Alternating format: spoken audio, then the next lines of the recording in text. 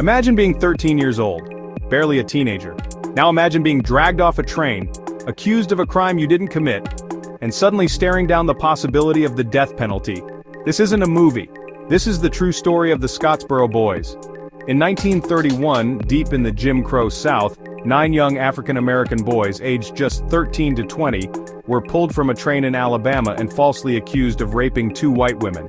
What followed would become one of the most infamous legal battles in American history. A story of racism, injustice, and resilience that still echoes today.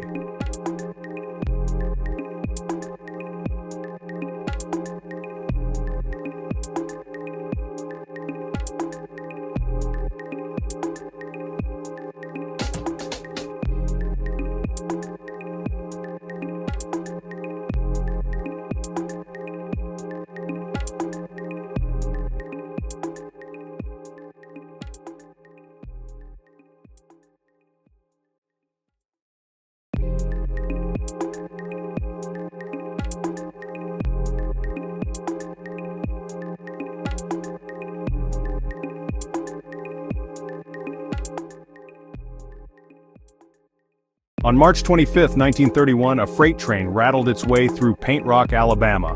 A fight had broken out among young men, black and white, riding the rails. When the train was stopped, 9 black teenagers were arrested. Then 2 white women, Ruby Bates and Victoria Price, made a shocking accusation. They claimed the boys had raped them. That single accusation changed the course of these boys' lives forever.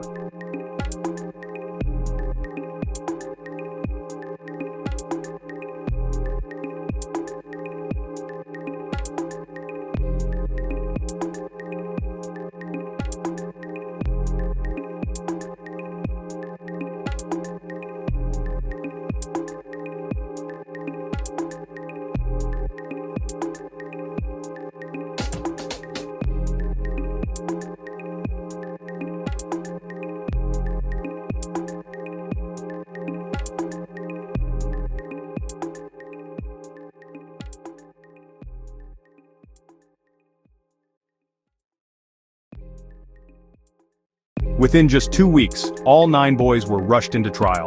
No time to prepare, no chance for a fair defense. The courtroom was filled with an all-white jury. The atmosphere was poisoned by racial hatred. 8 of the 9 boys were sentenced to death. The youngest, 13-year-old Roy Wright, narrowly escaped the electric chair. Imagine the terror, being a child, sitting in a courtroom where your very life depends on the color of your skin. News of the case spread like wildfire. The injustice was so blatant, so undeniable, that it caught the attention of civil rights groups across the country. The Communist Party's International Labor Defense stepped in, pushing for appeals and bringing national attention. For the first time, the Scottsboro Boys' fate became a symbol of America's broken justice system. And the question was clear: could 9 black boys get justice in the Deep South? In 1932, the U.S. Supreme Court took up the case in Powell v. Alabama. The ruling was groundbreaking. The court declared that the Scottsboro Boys had been denied their right to adequate legal counsel. It was the first time the Supreme Court set a precedent that everyone, no matter their race, was entitled to proper defense. But did this mean the boys would be freed? Not quite. Over the next several years, the boys were retried, resentenced, and shuffled from prison to courtroom in a cycle of injustice. Ruby Bates, one of the accusers, eventually recanted her testimony, admitting she and Victoria Price had lied. But even then, the all-white juries in Alabama refused to let the Scottsboro Boys go free. Haywood Patterson, for example, was sentenced 4 times, escaped from prison but was captured again. He spent much of his life haunted by the trial. The injustice stole their youth, their freedom, and in many ways, their futures. Some of the boys spent over a decade behind bars. Some never truly escaped the trauma of being branded criminals. So why does the Scottsboro Boys case matter today? Because it exposed to the world the ugly truth about racial injustice in America's courts. It inspired the civil rights movement.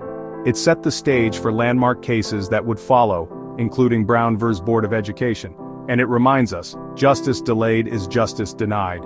It wasn't until 2013, more than 80 years later, that the state of Alabama finally issued posthumous pardons for the last of the Scottsboro Boys. A long overdue acknowledgement of the truth: they were innocent all along.